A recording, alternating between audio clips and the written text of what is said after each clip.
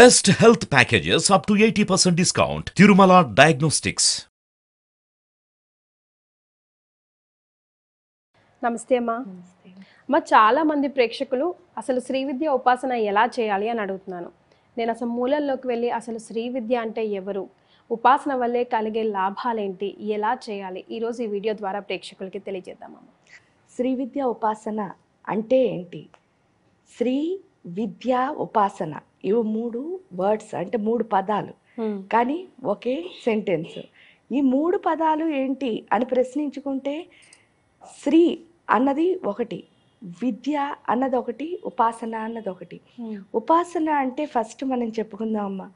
ఉప ఆసన అంటే అర్థం ఏమిటి అంటే ఎప్పుడు ఉప ఆసనం అంటే ఏంటి?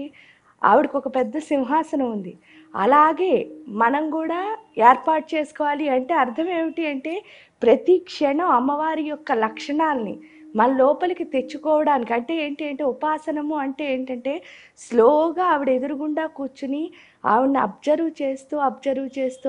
చేస్తూ పూర్తిగా ఆవిడని మన లోపల అబ్జర్వ్ చేసేసుకోవడమే ఉపాసన అంటే. అంటే ఏంటంటే ఆవిడలా మారడము.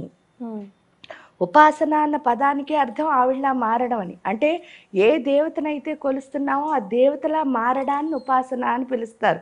అందుకే ఎప్పుడైనా మా దగ్గరికి వస్తే ఒకటే చెప్తాను, లలితా సహస్రాలు చదివానండి అంటే లలితా సహస్రం ఎన్నిసార్లు చదివారో అసలు అవసరం లేదు, కానీ లలితలా మారావా లేదా? ఎందుకంటే ఎప్పుడైతే నువ్వు లలితా సహస్రం నిజంగా చదివావో అప్పుడు నేను ఇన్నిసార్లు చదివాను అని కాన్షియస్ నీకు ఉండదు. ఎందుకంటే లలితలా మారితే ఆవిడ రోజు వచ్చి చెప్పదు కదా, నేను ఇలా చేశాను అలా చేశాను, ఈ బ్రహ్మాండాలన్నింటినీ నేనే పరిపాలిస్తున్నాను, నేను లేకపోతే అసలు ఇక్కడ ఒక్కటి కూడా కదలదు, ఇవన్నీ చెప్పదు. మరి మనం ఎందుకు చెప్పుకోవాల్సి వస్తుంది అంటే మనకు ఆ మాత్రం ఈగో ఉంది కాబట్టి. దాన్ని పోగొట్టుకుంటేనే మనం నిజంగా ఎవరిలా మారుతాం? ఆ లలితా పరమేశ్వర్లా మారుతాం. అది తెలుసుకోవడమే ఉపాసన. అంటే దానికి ఏదైతే మనం ఈ విద్య అంటే అర్థం ఏమిటి అంటే ఈ ఉపాసన చేయడానికి అంటే ఏంటి అంటే ఆ దేవతలా మారడానికి మనకి అనుకూలంగా, అంటే మనకు వచ్చే నాలెడ్జ్ ఏదైతే ఉందో, అంటే చూడండి ఇక్కడ తర్పణాలు చేయడం అని, యంత్ర పూజలు చేయడం అని, అంటే ఆ టెక్నిక్స్ ద్వారా ఆ ఉపాసన దేవతలా మారే విధానాన్ని విద్య అని పిలుస్తారు. ఇంకా శ్రీ అంటే అర్థం ఏమిటి? శ్రీ అంటే అర్థం ఏమిటి అంటే ఈ శ్రీ గురించి చెప్పుకునే ముందు అసలు శ్రీ విద్య ఉపాసన అనేది మన జీవితంలో ఎప్పుడు మొదలైందండి అని అంటే మనం పుట్టక ముందు నుంచి మనతో శ్రీ విద్య ఉపాసన ఉంటుందిట. అదేలాగా అంటే అమ్మలేని పిల్లలు ఎవరు ఉండరు కాబట్టి ఆ శ్రీ విద్య ఉపాసన అనేది ఎలా వచ్చిందండి అని అంటే మన లైఫ్ మొదలు పెట్టడం, ఏదైనా ఒక శుభకార్యం చేసాం అనుకోండి ఫస్ట్ శ్రీ అని రాసే మొదలు పెడతాం. అంటే మనం శ్రీ విద్య ఉపాసకుల కిందే లెక్క కదా. అంటే శుభం ఎక్కడ జరిగినా సరే శ్రీ అనే మొదలు పెడుతున్నాం. ఇంకా అమ్మకు పూజ చేయడం భయం ఏమీ లేదనడానికి కారణం అదే, మనం ఎప్పుడూ చేస్తూనే వచ్చాం. ఇంకా ఒక పురుషుడిని ఏదైనా ఒక గొప్పతనం చేసినప్పుడు పొగడాలి అని అనుకున్నాం అనుకోండి, పలానా శ్రీ గారు అని ఆయన పేరు చెప్తున్నాం. ఒకవేళ స్త్రీని పొగడాలనుకున్నాం, శ్రీమతి గారు అంటున్నారు. అంటే ప్రతి దాంట్లోనూ స్త్రీ ఉంది. అంటే మన లైఫే స్త్రీతో ముడిపడి ఉంది. అంటే మన అందరం శ్రీ విద్యా ఉపాసకులమే ఇక్కడ. అదని మనకు తెలియట్లేదు అంతే. ఇక్కడికి వచ్చేసరికి ఇంకా ఈ స్త్రీ గురించి చెప్పుకునే ముందు దీన్ని రహస్యం అని కొంతమంది చెప్తే, ఉత్తిష్టము అంటే చాలా గొప్ప విద్య అని చాలా మంది చెప్పారు. ఏడకు వచ్చేసరికి ఇంకా చేస్తే మనకు మోక్షం వచ్చినట్టే, అమ్మవారు భోగమోక్షప్రదాయిని, ఇంకా దానికంటే ఫైనల్ లేదు అన్నారు. అందుకని ఉత్తిష్ట విద్య అని పిలిచారు. ఇంకో కొందరు వచ్చేసరికి ఏం చెప్పారు, దీన్ని గుహ్య విద్య లేదా రహస్య విద్య, అంటే ఇది రహస్యము అని అన్నారు. ఈ 2 పేర్లు ఎందుకు వచ్చాయి? ఫస్ట్ ఉత్తిష్ట విద్య అని మాట్లాడుకునేటప్పుడు ఇది గొప్పది ఎందుకయింది అని అంటే ఉత్తిష్టము అంటే అర్థం ఏమిటి? ఉత్తిష్టము అని కానీ ఉచ్చిష్టము అని కానీ అంటారు. ఉచ్చిష్టము అంటే చాలామంది ఎంగిలి అనుకుంటారు, కానీ ఇక్కడ మీరు ఎప్పుడైనా తెలుగు కానీ సాంస్క్రిట్ కానీ తీసుకున్నప్పుడు సందులు సమాసాలు అని గ్రామర్లో వినే ఉంటారు.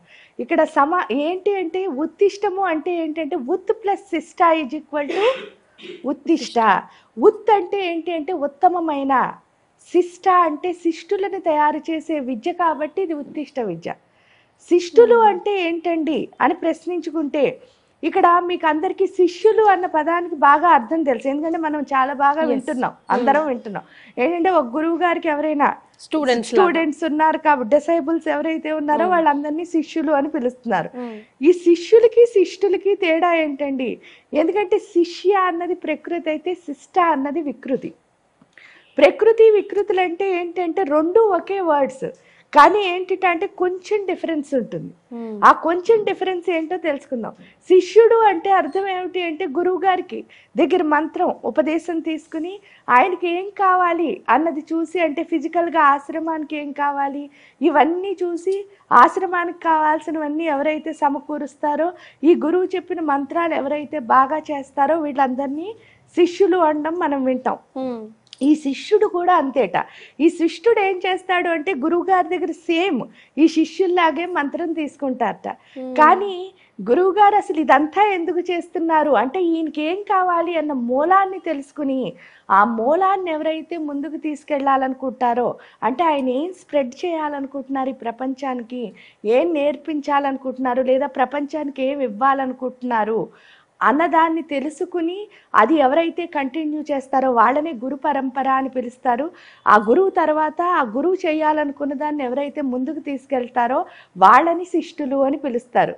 ఇంక ఈ శ్రీ విద్య ఉపాసన ఎవరైతే చేస్తారో వాళ్ళందరినీ అమ్మవారు శిష్టుల కిందే మారుస్తుందిట. ఎందుకండి మార్చడం అని అడుగుతారు. ఎందుకంటే ఇక్కడ ప్రతి ఒక్కళ్ళని, అంటే ఈ భూమి మీదకి ఏది వచ్చినా సరే, మీరు నేను లేకపోతే మగవాళ్ళు ఆడవాళ్ళు పిల్లలు పెద్దలు చెట్లు చేవలు పక్షులు ఏవైనా కానీ ఈ భూమి మీదకి ఒకటి వచ్చింది అంటే అది ఎందుకు వస్తుందిట అంటే ఒక పర్పస్తో వస్తుందిట. అంటే మనం ఎందుకు వచ్చామో మన లైఫ్ పర్పస్ మనం తెలుసుకున్నాం అనుకోండి, ఆ పర్పస్తో మనం ఏం చేయొచ్చు, ముందుకు మంచిగా జీవితాన్ని లీడ్ చేసి మనం ఒక దిక్సూచి అవ్వచ్చు. అంటే ఏంటంటే మనమే ఒక మార్గం కింద తీసుకుని వెళ్ళి అందరికీ ఒక దిక్సూచి కింద ముందుకు వెళ్ళొచ్చు. అది వెళ్ళాలి అంటే ఏంటి అంటే అమ్మవారు ఒక ప్రాజెక్ట్, ఒక పెద్ద ప్రాజెక్ట్ చేసి ఆ ప్రాజెక్ట్తో ఈ భూమి మీదకి మన అందరినీ దింపిందిట. దింపి ఎవరి పని వాళ్ళకి అప్పచెప్పింది. మళ్ళీ మన అందరి పని కలిపితే ఏమవుతుంది, ఒక ప్రాజెక్ట్ అయిపోతుంది అనమాట ఇక్కడ. అంటే ఎవరి మాడ్యూల్ వాళ్ళు ఏం చేయాలి, పూర్తి చేయాలి. ఈ శ్రీ విద్యలోకి వచ్చిన వాడికి వాడి మాడ్యూల్ ఏంటో వాడికి అర్థమయ్యి వాడు ఏం చేస్తాడు అంటే ఆవిడ ప్రాజెక్ట్లో ఒక భాగం అవుతాడు. కాబట్టి ఈ శ్రీ విద్య ఉపాసనలోకి ఎవరు వస్తారో వాళ్ళందరినీ ఉత్తమమైన శిష్టుల కింద మారుస్తుంది. అందుకే లలితా సహస్రనామాల్లో కూడా శిష్టిష్ట శిష్ట పూజిత అంటే శిష్టుల చేత మాత్రమే పూజించబడుతుంది అని చెప్పారు. అంటే ఆ శిష్టుడికి అంత గొప్పతనం ఉందన్నమాట. అంటే అంత గొప్పగా వాడిని మార్చి వాడితోనే ఆవిడ ఏం చేయిస్తుంది, పూజలు అందుకుంటుంది. ఇక్కడ అది ఉత్తమమైన విద్య అని చెప్పడానికి కారణం. ఇంకా రహస్య విద్య అని చెప్పడానికి కారణం ఏమిటి అంటే, రహస్యం అంటే ఏంటి, చాలామంది అది ఎవరు చేయకూడదు, కొంతమంది చేయాలని చెప్పి దాచేసుకుని ఒక లోపల పెట్టి అవి ఎవరు చూడకూడదు అని చెప్పేసి, అది కాదు రహస్యం అంటే. రహస్యం అంటే ఏంటంటే ఛేదించు అని అర్థం. అంటే లోపలికి వెళ్ళి దాన్ని అదేమిటో దాన్ని చూడు. ఇక్కడ దేన్ని చూడాలండి అని ప్రశ్నించుకుంటే నిజంగా చూడాల్సింది ఏంటో చూడండి. మీరు ఏ సైంటిస్ట్ అయినా సరే ఏదైనా ఒకటి కనుక్కున్నారనుకోండి, ఆ కనుక్కున్న దాన్ని రీసెర్చ్ అని పిలుస్తున్నారు. కానీ ఇక్కడ ఒకే ఒక సెర్చ్ ఉందిట. ఆ సెర్చ్ ఏంటి అంటే సాధన, శోధించు. అంటే దేన్ని శోధిస్తున్నావు, నన్ను నేను అన్నదాన్ని నేను శోధించుకుంటున్నాను. మళ్ళీ మిమ్మల్ని నేను శోధించడం మొదలెట్టాను అనుకోండి, అది రీసెర్చ్ అయిపోతుంది. ఆల్రెడీ మీరు మిమ్మల్ని శోధించుకుంటున్నారు కదా. ఇక్కడ ఉన్న ఓన్లీ వన్ సెర్చ్ ఏంటి అంటే నన్ను నేను చూడడమే. హూ ఐ యామ్ అంటే ఏంటి, ఆత్మ ఏదైతే ఉందో ఆత్మ సాక్షాత్కార సిద్ధి. ఆ ఆత్మ సాక్షాత్కార సిద్ధి ఎలా వస్తుంది అంటే సాధన అంటే అర్థం అదే. శోధించు అంటే దేన్ని శోధిస్తున్నావు అంటే లోపలికి వెళ్ళు, నిన్ను నువ్వే చూసుకో. ఇది ఒక్కటే సెర్చ్ ఇక్కడ. కాబట్టి ఇది రీసెర్చ్ కాదు. ఎందుకంటే ఇక్కడ ప్రతిదీ యూనికే, ప్రత్యేకత. నా ప్రత్యేకత నాకుంటే మీ అంటే ఇక్కడ డిఫరెంట్ నేచర్స్, డిఫరెంట్ యూనిక్నెస్ అన్ని లోపల నుంచి రావాలి అంటే నన్ను నేనే చూసుకోవాలి. అది ఎవరు చూపిస్తారో అదే రహస్యం అంటే ఇక్కడ. ఇంకా శ్రీ అంటే అర్థం ఏమిటి, అంటే అది మళ్ళీ అది రహస్యమే. లోపలికి వెళితే తప్ప. ఇందాక చూసారా మీరు ఒక ప్రశ్న వేశారు, అంటే శ్రీ విద్య అంటే ఎవరు అన్నారు. శ్రీ విద్య అంటే ఎవరు అంటే అది ఏమిటో, అది పేరులా అనిపించింది, అది విద్యలా అనిపించటలే. ఎందుకంటే మనకి అర్థం అవటం లేదు. ఎందువల్ల ఆ శ్రీ అంటే ఏంటో మనకి అది కూడా గుహ్యమే, అది కూడా రహస్యమే. ఇక్కడ ఆ శ్రీ అంటే అర్థం ఏమిటి అని ప్రశ్నించుకుంటే శ్రీంకారానికి ఉన్న గొప్పతనం ఇందాక ఫస్ట్ మొదలుపెట్టినప్పుడే చెప్పాను. ఏంటి అంటే ఆ శ్రీ అన్నది ఇప్పుడు రాలేదు మనతో, మనం పుట్టక ముందు నుంచి మనతో శ్రీ అన్నది అలా వస్తూనే ఉంది. ఏ పని చేసినా శ్రీయే మనతో ఉంది. అంటే మనం అందరం శ్రీ విద్యా ఉపాసకులు. ఇక్కడ కొత్తగా వచ్చింది ఏంటి అంటే అమ్మతో లింక్ అన్నది మనం ఏదో మన ప్రారంధ కర్మ వల్ల విడగొట్టుకున్నాం. మళ్ళీ అమ్మతో మనం ఏం చేయాలి ఇప్పుడు? లింకప్ అవడం కోసం ఈ విద్య ద్వారా మనం ముందుకు వెళుతున్నాం అంతే. ఇక్కడికి వచ్చేసరికి ఈ శ్రీంకారం చూడండి, అది ఎంత గొప్పదో.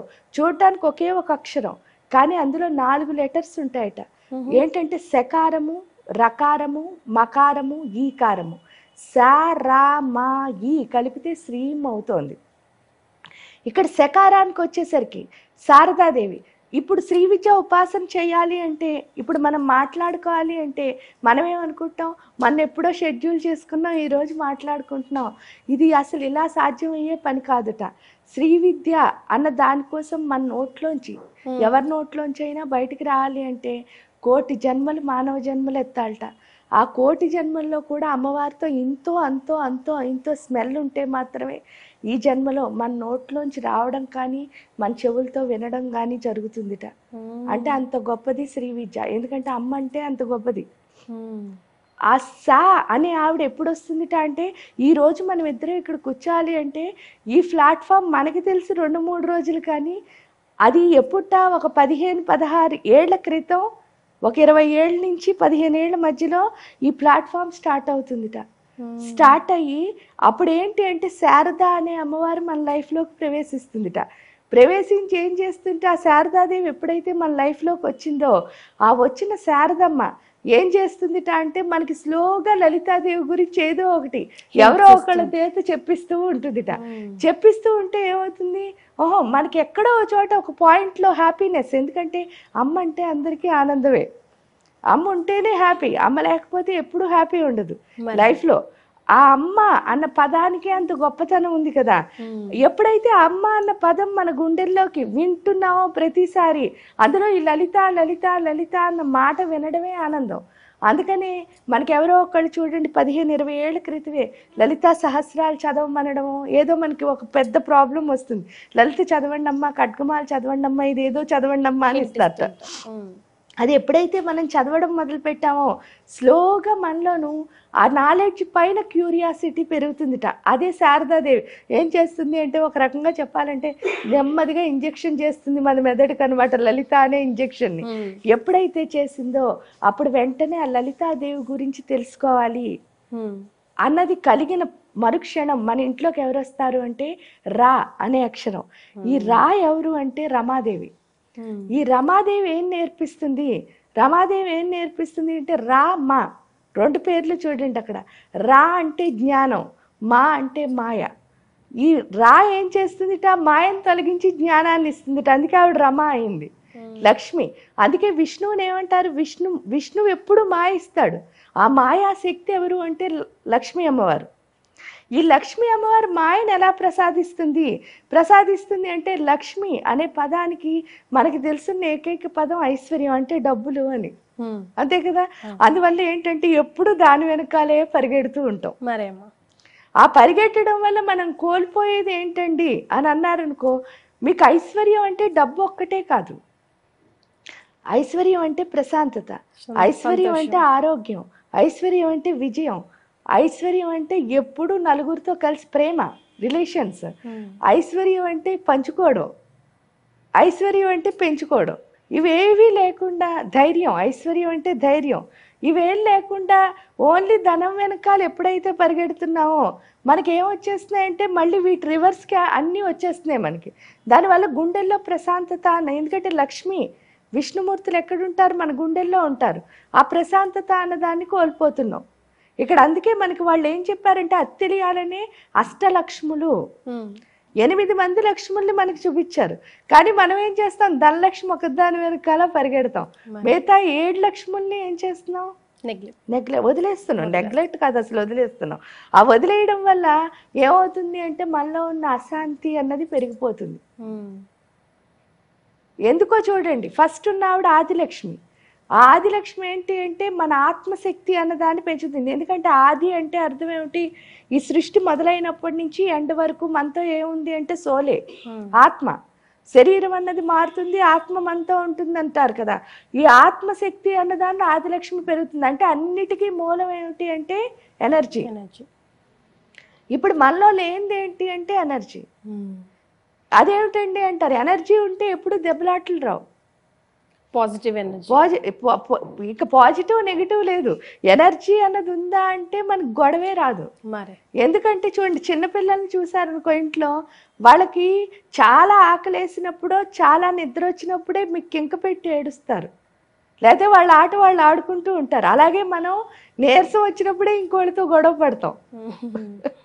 ఈగో ఎప్పుడు బయటకు వస్తుంది అంటే నీరసంగా ఉన్నప్పుడే. చేసే విధానం గురించి ఒకసారి చెప్పండి అమ్మ.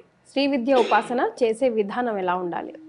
చేసే విధానమే ఇప్పుడు ఏంటి అంటే లక్ష్మి వస్తేనే ప్రశాంతత వస్తుంది. ఈ 8 మంది లక్ష్ములు ఎప్పుడైతే మన లోపలికి వస్తారో ప్రశాంతత వస్తుంది. ఆ తర్వాత మకారం, ఈ మకారం ఏం చేస్తుంది అంటే మనకి ఏమిస్తుంది, శక్తిని ఇస్తుంది. ఎప్పుడైతే శక్తిని ఇచ్చిందో ఆనందం, అంటే ఎనర్జీ ఉంటే హ్యాపీగా ఉంటాం. ఈ 3 వచ్చాక ఈకారం అంటే ఈశ్వరీయ శక్తి. ఆ ఈశ్వరీయ శక్తి అంటే అర్థం ఏమిటి అంటే ఈ ప్రపంచంలోని ప్రతి దాంతోనూ కనెక్ట్ అయ్యి ఉండడమే శ్రీ విద్యా ఉపాసన. అంటే విడిగా ఉండడం కాదు, కలిసి ఉండడం అని నేర్పిస్తుంది. ఎందుకంటే అమ్మకి కనెక్టివిటీ. ఇంక ఈ విధానం చెయ్యాలి అంటే శ్రీ విద్యా ఉపాసన విధానం, దానికి గురువుల దగ్గరికి వెళ్ళి తప్పకుండా వాళ్ళు ఇచ్చిన విధానంలో, ఎందుకంటే అక్కడ 4 ఆచారాలు ఉంటాయి. ఏ ఆచారం ప్రకారం మనం వెళ్తే, అంటే మనం ఏ గురువు గారి దగ్గరికి వెళ్తే ఆ ఆచారం ప్రకారం ఆ గురువు గారితో మనం వారు చెప్పిన విధానంగా ఫాలో అయ్యి వెళ్ళాల్సి ఉంటుంది. చాలా సంతోషం అమ్మ. నమస్కారం.